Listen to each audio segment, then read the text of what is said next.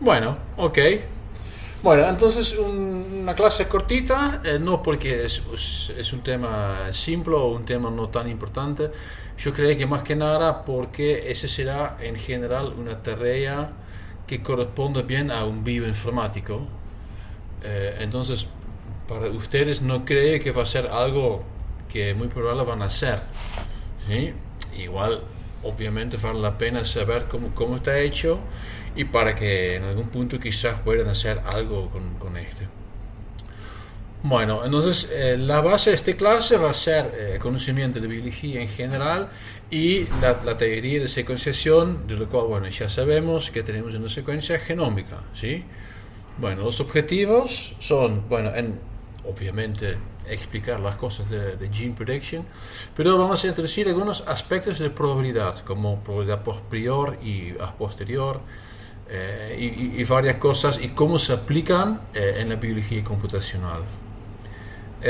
Vamos a profundizar conocimiento sobre características de secuencias y genes, sí, está un poco entre comillas, porque muchas veces tenemos una idea rara de genes. Vamos a introducir un poco cadenas de Markov, no tanto todavía los modelos escondidos de Markov, aunque lo vamos a ver un ejemplo. ¿Y para qué sirve? Bueno, sirve para el trabajo práctico particular, y más que nada después para el data mining, bueno, toda esta cosa. Y obviamente eso es algo que es importante para lo que se llama asignación de función. Ok, entonces ¿dónde estamos en nuestro proyecto de secuenciación del genoma de un bicho? ¿Sí? Ya lo secuenciamos y ahora desde la secuencia de nucleótidos, lo que tenemos que hacer es predecir dónde tenemos genes. Ok, y bueno, lo que tiene Gene Prediction es que tiene a Protein Coding Sequence como paradigma, y esta clase también va a estar dedicada a este, pero hay mucho más, ¿sí? Entonces Gene Prediction, Gene Finding, en castellano predicción de genes, se refiere al área de biología computacional donde vamos a identificar regiones de secuencia que presentan funcionalidad biológica, y de aquí está conservado y se replican en la población, especialmente genes codificantes, pero también otros, ¿sí? Como genes de ARN, microRNA, y también de regiones regulatorias, también puede ser un gen perfectamente. Bueno, es un paso clave, ¿sí? Si querés tener una comprensión del genoma de una especie secuenciado. Lamentablemente, y esa es otra cosa que mucha gente no sabe, las predicciones de genes siempre vienen con muchos, pero muchos errores. Más que nada, la primera versión de un genoma secuenciado, y que de aquí lo que se llama el proteoma completa, tiene muchos modelos de genes que tienen algún error. Bueno, esas son secuencias que no deberías usar en sus análisis, ¿sí? ¿Por qué? Porque tiene un error. Bueno, ¿cómo está hecho? Bueno, lo vamos a hacer en base de las características típicas del gen que estamos buscando. Y bueno, en esta clase, PCS como paradigma, entonces lo que buscamos es ARN codificante. Bueno, ¿qué tiene? Bueno, debería tener pocos codones stop, ¿sí? Entonces una aproximación será, bueno, vamos a buscar por open reading frames largas. Otra cosa, probablemente, o por lo menos un montón de genes van a tener muchos codones con alta preferencia. Vamos a ver que se puede aplicar. También vamos a ver que este tiene un problema. Eso es un problema de sesgo, bias. Bueno, estas son dos formas que se puede usar, que no son demasiado poderosos, que de aquí hay otros mejores métodos, y este depende en que existen otras señales que no son tan conocidos. Y la palabra clave es siempre, bueno, ¿cuál es la probabilidad que es algo, que es codificante? Ok, empezamos. Orthing. ¿Qué es orthing? Orthing es más que nada buscar los Open Reading Frames, los ORFs. ¿Sí? Entonces, lo que necesitas es a mano o con un software buscar por cada uno es stop y por cada uno es start. Bueno, acá tengo una secuencia que en realidad obviamente son 6 porque tenemos 6 marcas de lectura con todos los cordones start en rojo y los cordones stop, ¿sí? En púrpura. Ese somos nosotros, ¿sí? Que es el de reverso complemento de este. Bien. Ok. Bueno, eso se puede hacer y ya lo hicimos en el trabajo práctico anterior con Mbox Sixpack o con ShowOrf. Y otra será SMS2 Translation Map. SMS2 es otro paquete que trabaja con Java que puedes usar para hacer un montón de cosas básicas, ¿sí? Como traducción, reverse translation, estas cosas, está todo incluido. Filtros, toda esta cosa. Si no me equivoco, acá hay un link.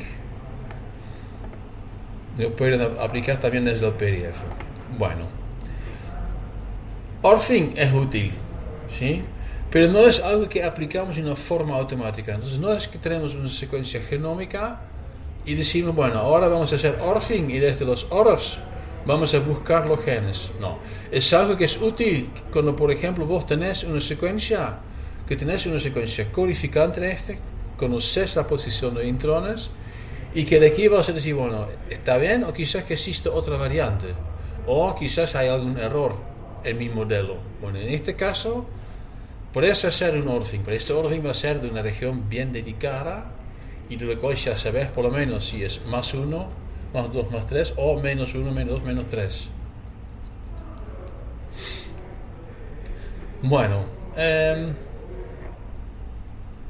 tener en cuenta que es más importante los cordones stop. Bueno, si no entienden por qué, sugiere que eso es algo que es lindo para discutir en el foro, ¿sí? Los cordones stop son mucho más informativos que los cordones de start. Y otra pregunta que podemos hacer es qué falta en Orthing que solamente mirar a cordón stop y cordón start, ¿sí? Bueno, esa será otra cosa para el foro si quieren. No es algo tan complicado, pero bueno. Ok, entonces vamos a trabajar con probabilidad, vamos a trabajar con estadística. Pregunta, ¿en qué forma podemos usar la estadística de cordones stop? Porque eso ya es algo que podemos aplicar. Es como el ejemplo más simple para mostrar cómo lo usamos. Bueno, tenemos 64 cordones y 3 de estos son cordones stop. ¿Sí? Entonces, si tenemos una secuencia aleatoria, la probabilidad de encontrar un stop está en 64 dividido por 3. Entonces, 1 cada 21.33 cordones. Este te genera una probabilidad. Eso también se puede calcular, por ejemplo, por una subsecuencia, digamos, de 150 nucleótidos. ¿Sí? Traducido van a ser 50 cordones, es 61 sobre 64 multiplicado por 50. Y se ve que la probabilidad en realidad no es tan alta. Entonces, si tenés una secuencia de 50 cordones sin stop, ya es bastante probable que es algo codificante. ¿Sí? Porque este va en contra del aleatorio. Aleatorio será, bueno, 50%. ¿Sí? Bueno, este es algo importante para entender en cómo tenemos que pensar en cómo usar la estadística, bajo la suposición que tener un cordón stop es algo aleatorio en secuencia no codificante. Y quizás secuencia no codificante tiene otra cosa y por eso justamente no tiene cordones stop. Bueno, en este caso, obviamente este cálculo no tiene sentido, no tiene poder estadística predictiva. Entonces, esta estadística siempre es una comparación de algo codificante con algo no codificante. Bueno, ¿se entiende en este? Porque eso es algo importante.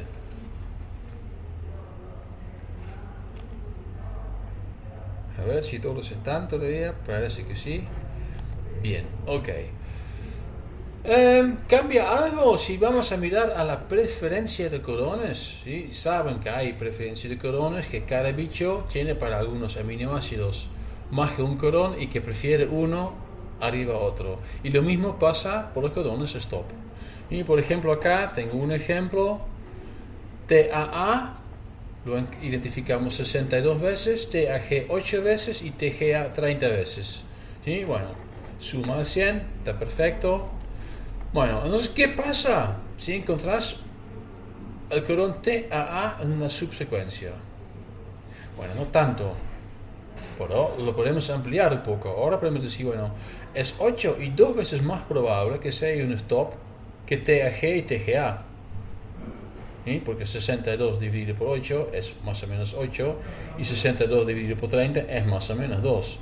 Sencillamente es más probable. Entonces es más probable que tenés un tripleto que realmente es un codón stop, que es algo que corresponde a una secuencia codificante.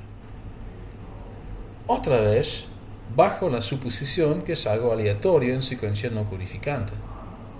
¿Sí?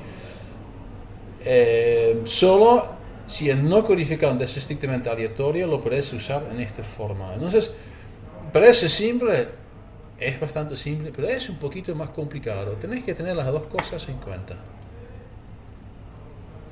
Bueno, hasta ahora solamente codón stop, pero esto obviamente lo podemos ampliar así a preferencia de codones de toda la tabla. ¿Sí? Acá tenemos por ejemplo la lysina. Bueno, entonces si tenés una secuencia que tiene mucho CUG, es bastante probable que es codificante. ¿Por qué? Porque este bicho prefiere la lysina. Bueno, otros no son tan informativos, metionina, nada, y triptofán tampoco. ¿Por qué? Porque no tiene sinónimos. Bien. Bueno, ¿cómo lo podemos usar? Bueno, la pregunta para hacer en realidad es un poco diferente. ¿Cómo vamos a conocer la preferencia de codones de un bicho si todavía no tenemos la secuencia disponible? Ok, es una buena pregunta. Bueno, son cosas que tenés que tener en cuenta en proyectos de secuenciación. Obviamente, puedes buscar un bicho totalmente desconocido, secuenciarlo y hacer el ensamblaje, etcétera, etcétera. Pero si vos no vas a hacer un trabajo de ESTs o RNA-seq, no vas a tener datos que puedes usar para entrenar tu coso para generar los modelos de genes. ¿Sí? Lo que se puede usar es un bicho cercano. ¿Por qué? Porque probablemente también la preferencia de codones está conservado. No 100%, pero va a ser parecido. Bueno, y funciona así. Después del entrenamiento podemos identificar el ORF más probable si tiene codones probables. Y en este lo que usamos es lo que se llama ventana deslizante o ventana corrediza. ¿Cómo funciona esta? Acá hay una imagen. ¿Sí? Tenemos ventana 1, ventana 2, 3 y 4. ¿Y qué pasa? Bueno, ventana 1 es desde la primera posición hasta, por ejemplo, depende del tamaño de la ventana, 20. Bueno, entonces calculamos cuál es la probabilidad que en este 20 nucleótidos tenemos un open reading frame. Y así, ventana 2, vamos al segundo, lo deslizamos hasta que tenemos toda una imagen. Bueno, el tamaño en esta afecta, ¿sí? Entonces si tenés un gen larga, sin intrones, es fácil, pero también hay exones de 10 codones, ¿sí? Y este es bastante difícil de identificar en esta forma. Ni hablar de exones de un solo nucleótido. Y existen. Bueno, algo está mal acá. Dame un segundo que lo arreglo.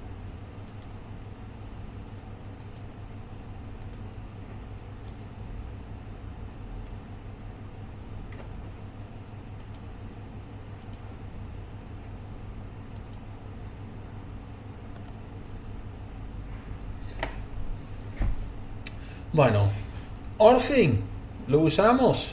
No, usamos otras cosas. Y primero voy a explicar ahora algo que tampoco estamos usando, aunque es algo bastante interesante.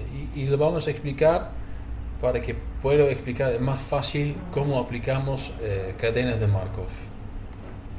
Ok, entonces en secuencias codificantes aparentemente existen algunos patrones que no existen en área no codificante. Y si podemos cuantificar estas cosas, si lo podemos usar en forma estadística, ese será lo que vamos a usar. Bueno, un ejemplo es un software que ya es bastante viejo, si no me equivoco es parte de Embos, es algo que se llama testcode. Y funciona así, acá tenemos dos gráficos, en este caso lo que se muestra es espacios de separación entre nucleótidos. ¿Sí? Entonces si por ejemplo dice 0 significa TT, porque esos son los gráficos para el nucleótido T.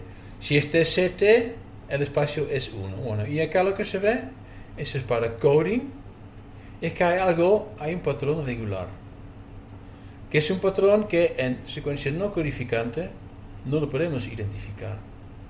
¿Qué significa este? Bueno, acá lo que tenemos es el porcentaje con respecto al porcentaje aleatorio. Acá dice 25%, esto obviamente hay que ajustar al porcentaje GC. Bien, entonces acá es positivo, y no un poco positivo, no, está en 15%. Entonces, en secuencia codificante, muchas veces lo que identificas es que tenemos TXXT, ¿sí? Porque X es 2. Entonces tenemos una T a posición 1 y tenemos una T a posición 2, 3, 4. ¿Se entiende? No, 1, 2, sí. Y ese patrón no se encuentra en non-coding. Y se sigue extendiendo, ¿sí? Hasta más o menos 200. Entonces, si tenemos una T a posición 1, la probabilidad de tener una T a posición 100 y pico es mucho más alto que otro. Bueno, este es algo que obviamente lo podemos usar. Bueno, ese será un output de testcode. El paper está disponible, si lo quieren tener me lo piden y lo subo al aula, es fácil. Y el output es este otra vez lo hacemos con una ventana deslizante. ¿Sí? Entonces todos estos cálculos corresponden a un pedazo, una ventana. Y el output es que, bueno, por probabilidad, es muy probable acá tenemos secuencia non-coding. Acá la verdad es que es tan dura. ¿Sí? Ese es un ejemplo de un software que tiene dos thresholds. Está muy seguro que acá tenemos non-coding y está muy seguro acá que es coding. Adentro de estos dos no lo sabe. Bien. Bueno, hasta ahora ¿entienden? ¿Alguna pregunta? Yo tengo una pregunta. Ok. Ahí en el eje Y, lo que sería es la cantidad de veces, o sea, por ejemplo, tenés la timina separada por 3 nucleótidos de otra timina y lo que marca el eje Y es la cantidad de veces que pasa eso, ¿no? Lo que pasa es, acá están identificados los espacios de separación. ¿Sí? Entonces, 0 corresponde a este. TT1 corresponde a TCT2 corresponde a TXXT. Entonces tenemos una T a posición 1, significa que vamos a tener alta probabilidad de tener una T a posición no más 2, pero más 3, 4. ¿Esa era la pregunta o no lo entendí bien? Sí, no, igual, no, o sea, era más el eje Y si lo medía en cantidad de veces que pasaba eso, pero sí, ya entendí. Sí, ese es el porcentaje diferencial Claro. de la expectativa. Y la expectativa, supongamos que es 25, pero en realidad hay que ajustar por porcentaje GC. Entonces, si el porcentaje GC está de 60, en realidad tenés un 20% de probabilidad que tenés una T en lugar de 25. Entonces, si en alguna secuencia encontrás a 32%, acá el score va a ser 12. Ok. Bueno, ahora vamos a mirar otra vez. Ese es un diapo de la segunda teórica, o la primera si quieren, donde ya indiqué por primera vez cadenas de Markov. Y ahora voy a repetir lo que hablamos en este, porque ahora vamos a usar. ¿Qué es? Bueno, una cadena de Markov es una cadena, es un proceso estocástico de tiempo discreto con la propiedad de Markov. Entonces ahora lo que tenemos que entender es, bueno, ¿qué es la propiedad de Markov? Bueno, la propiedad de Markov obviamente tiene algo que ver con la cadena, ¿sí? Como en el test code. ¿Sí? Entonces tener la propiedad de Markov significa que dada la situación actual, los futuros estados son independientes de los estados pasados. Bueno, entonces si tenemos t a posición 1, la probabilidad que la T4 también es alto, ¿sí?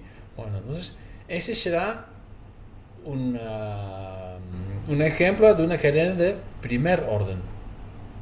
¿Por qué? Porque está basado en un solo dato. Bueno, la descripción del estado actual captura completamente toda la información que puede influir en la evolución futura del proceso. Bien. Ese es un ejemplo pronóstico de tiempo y, por ejemplo, los juegos de como Monopoly también están basados en este. Y un modelo de Markov, ¿sí? Lo podemos mirar como este. Entonces tenemos dos estados. Cada estado tiene dos matrices de probabilidad. La matriz adentro, ¿sí? Que vamos a tener de 0 a 3, y la matriz de transición.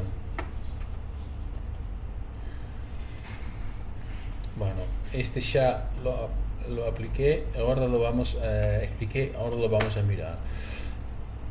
Entonces, en testcode, el valor de N1 tiene información sobre el valor de N4. Y ese será entonces una cadena de Markov de primer orden, no de tercer orden o de cuarto orden. ¿Sí? Lo que es importante es que estamos mirando a un solo estado. Y no el hecho de que se encuentra a más 3. Ese no tiene nada que ver. Bueno, ¿existe zeroth order? ¿Sí? Porque estamos hablando del primer orden. Sí, existe zeroth order. ¿Sí? Corresponde al porcentaje de los nucleótidos.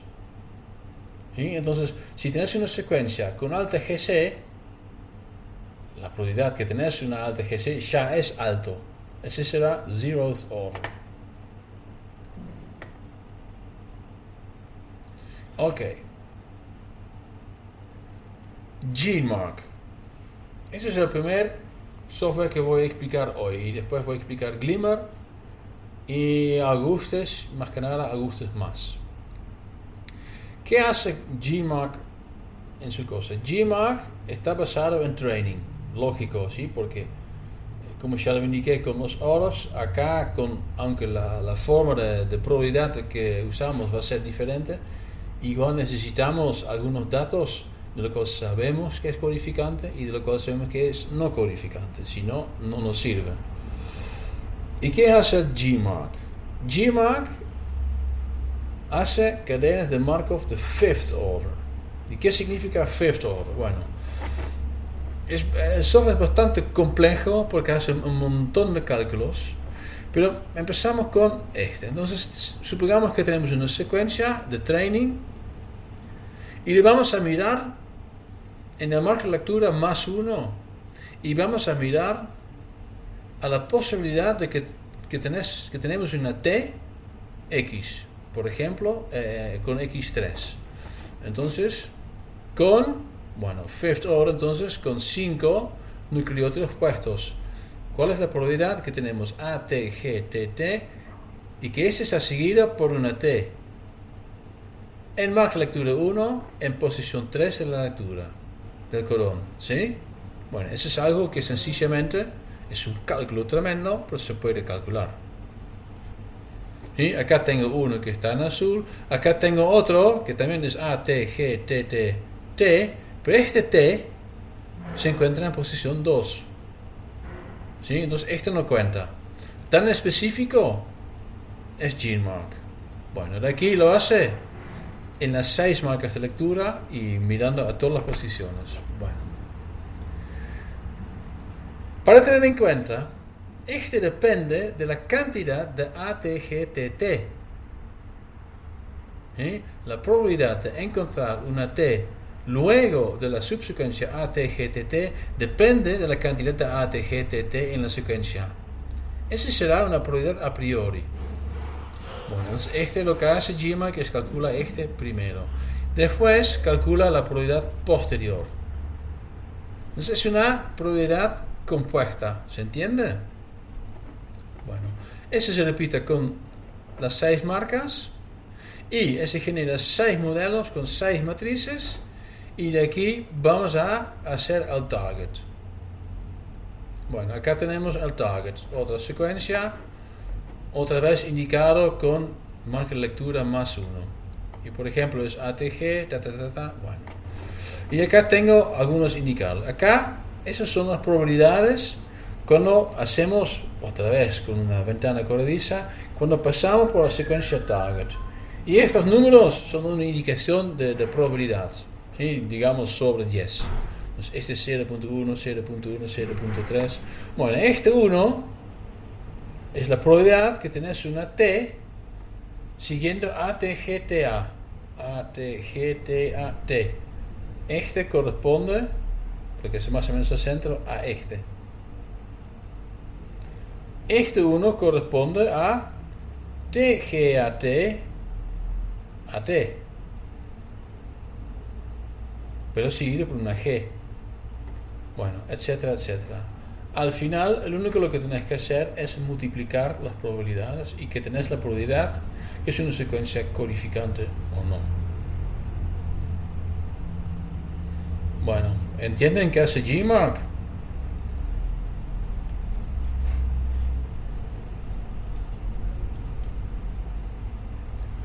Entonces lo vamos a hacer un poquito más difícil.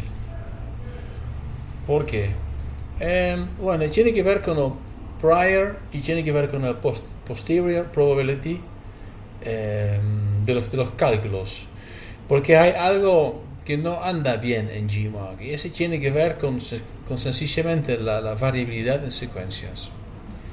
Por eso tenemos algo que se llama, y es bastante conocido, mucho más conocido que GMAC, un software que se llama Glimmer.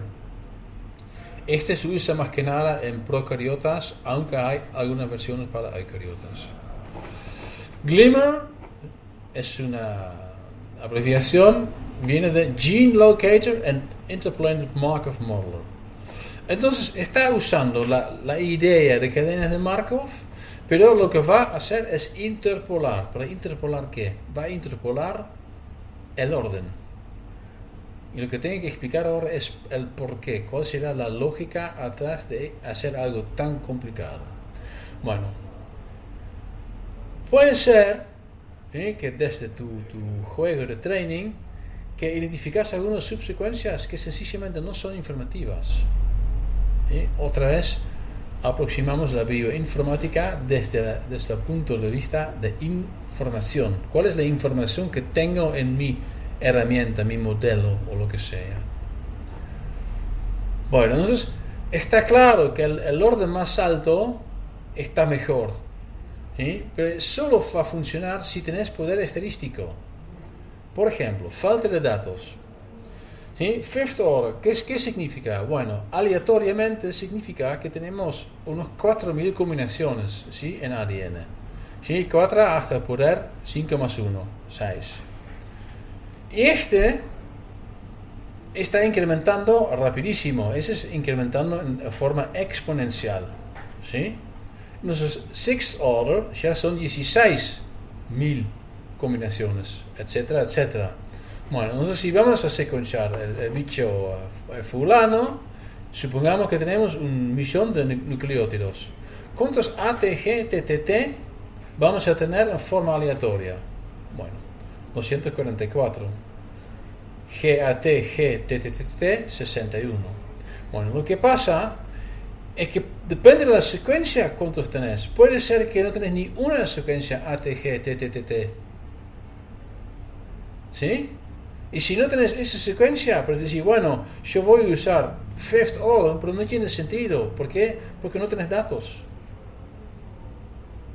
Bueno, entonces, sí, el orden más alto está mejor, pero solo si tenés el poder estadístico. Ese será un problema con el prior. También podemos identificar un problema donde esta combinación se encuentra en la misma estadística, la misma probabilidad en secuencia codificante que en una secuencia no codificante. ¿Sí? Entonces, aunque hay suficientes instancias de esta secuencia, no es capaz de discriminar entre dos cosas. Y que de aquí tampoco es algo que es informativo. Bueno, entonces lo que hace Glimmer sencillamente es hacer el training. Y no solamente de fifth order, no, hace desde 0 hasta, en el caso de Glimmer, el orden de 8, ¿sí? Entonces mucho más alto. ¿Sí? Acá vamos a tener una cantidad de tuples tremendamente alta, ¿sí? Pero a veces sirve. ¿Por qué? Porque a veces algunas subsecuencias, aunque estadísticamente es muy improbable que lo vamos a encontrar, lo encontramos igual muchas veces. Bueno, esos son justamente los que son informativos. Lo que hace Glimmer es calcular todo y luego trata de usar el orden más alto. Si el orden más alto no es informativa, baja un orden, ¿sí? Hasta que encuentra un K-tuple, ¿sí? Que es la subsecuencia K-tuple, que tiene un peso suficiente. El peso nada más indica que el valor probabilístico que tiene. Bueno, y este es lo que usa en la evaluación. Bueno, ¿qué les parece? ¿Un truco inteligente o no?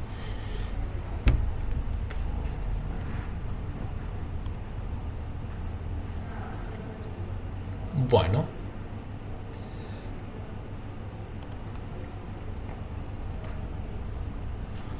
Seguimos.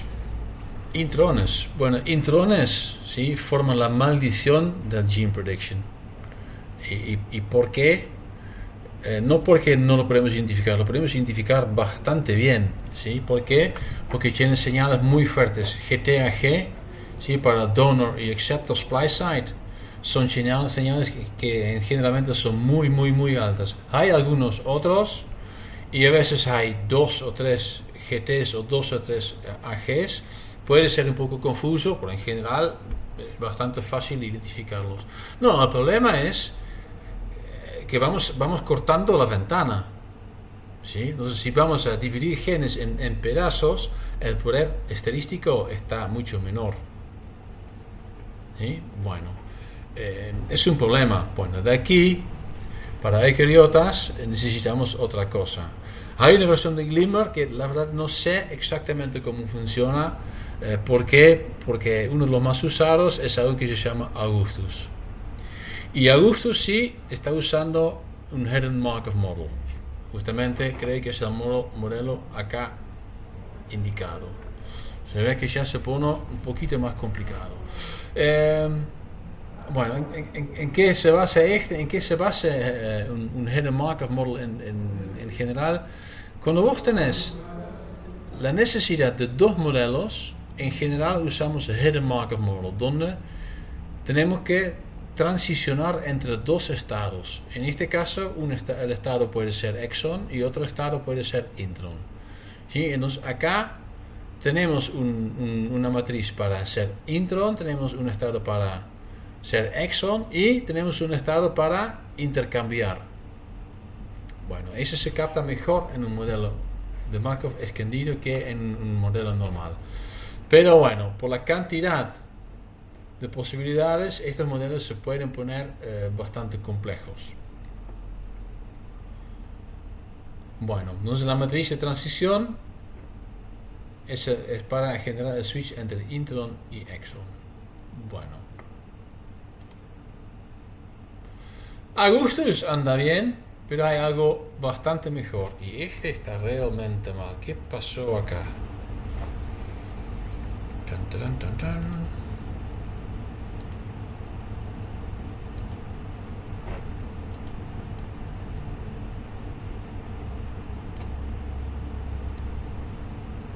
Mira. Ah, sí, me recuerdo.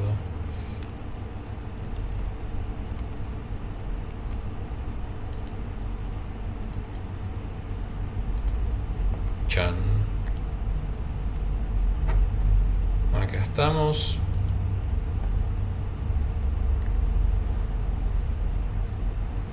No quiere.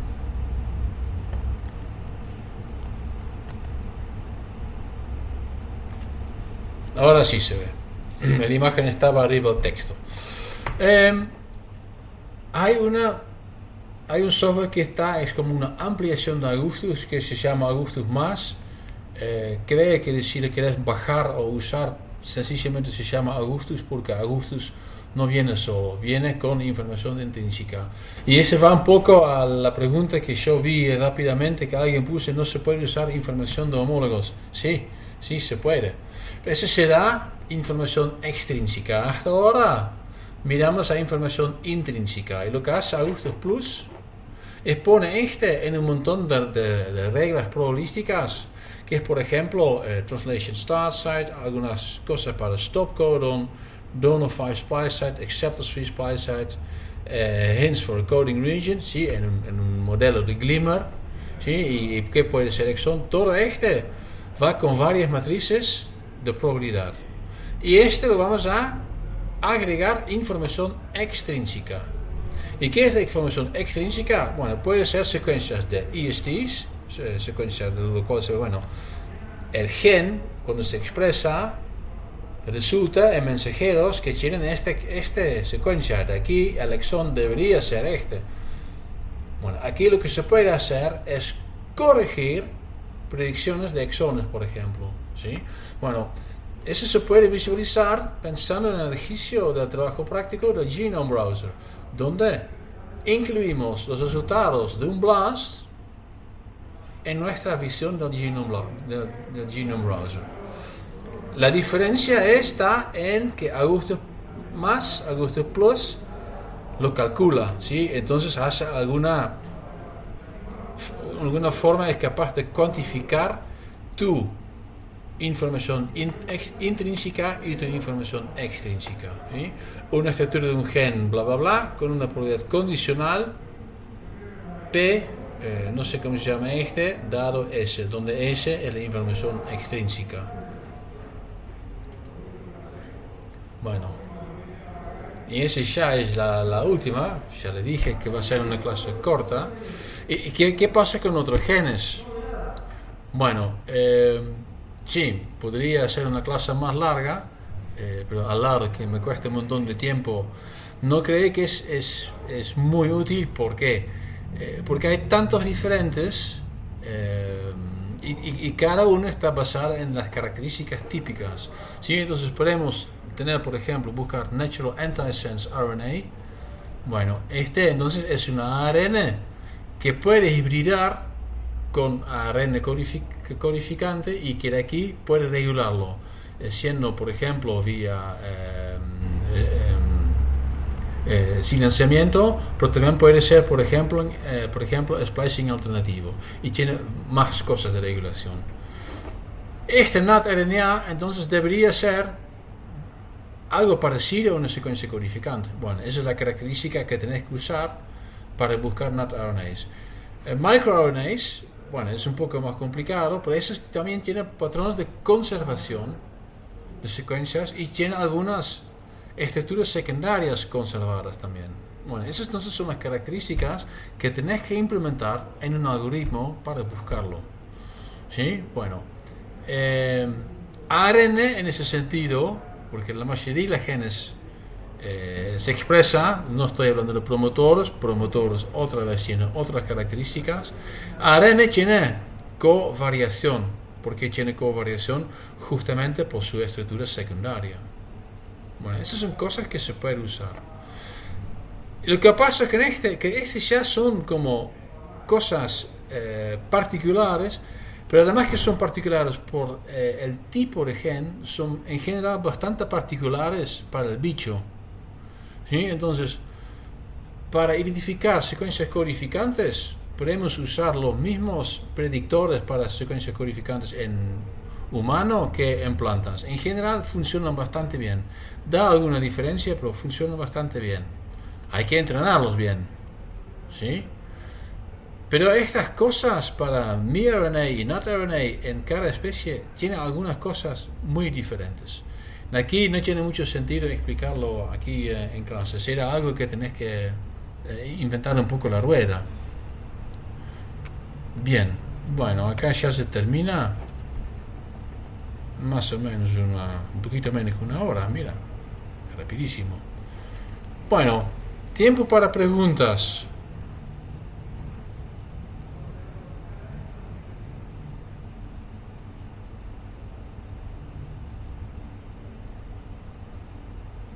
Bueno, entonces significa que o no estaba para nada claro o estaba claro. No sé. Bueno, ya saben, si luego tienen alguna duda, que lo ponen en un foro. Por eso están. Y ahora sí, tienen todo el conocimiento para hacer el trabajo práctico que vamos a discutir el martes que viene.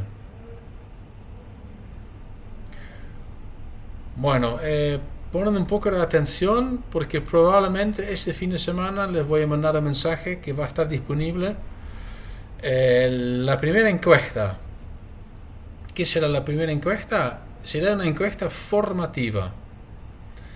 ¿Qué significa? Significa que no es parte de la nota, ¿sí?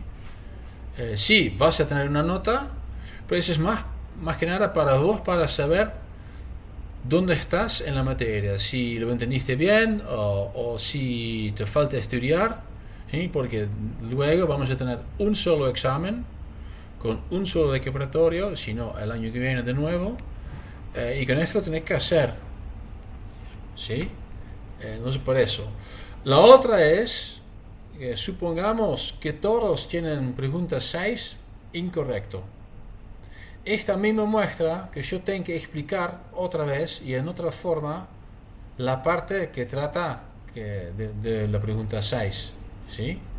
Bueno, hasta ahora no pasó muchas veces. A veces pasa que algo no estaba bien explicado, bueno, o que hice un error, también puede ser. Bueno, entonces en este también sirve el quiz formativo. Entonces es algo que es útil para ustedes, pero también es algo que es útil para nosotros.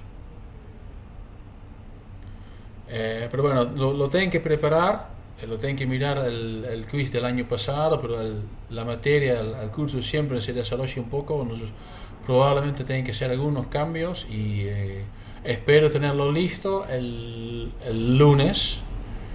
Y bueno, vemos cuándo lo vamos a hablar, ¿ok? Bueno, si no hay ninguna pregunta, veo que alguien está en el chat.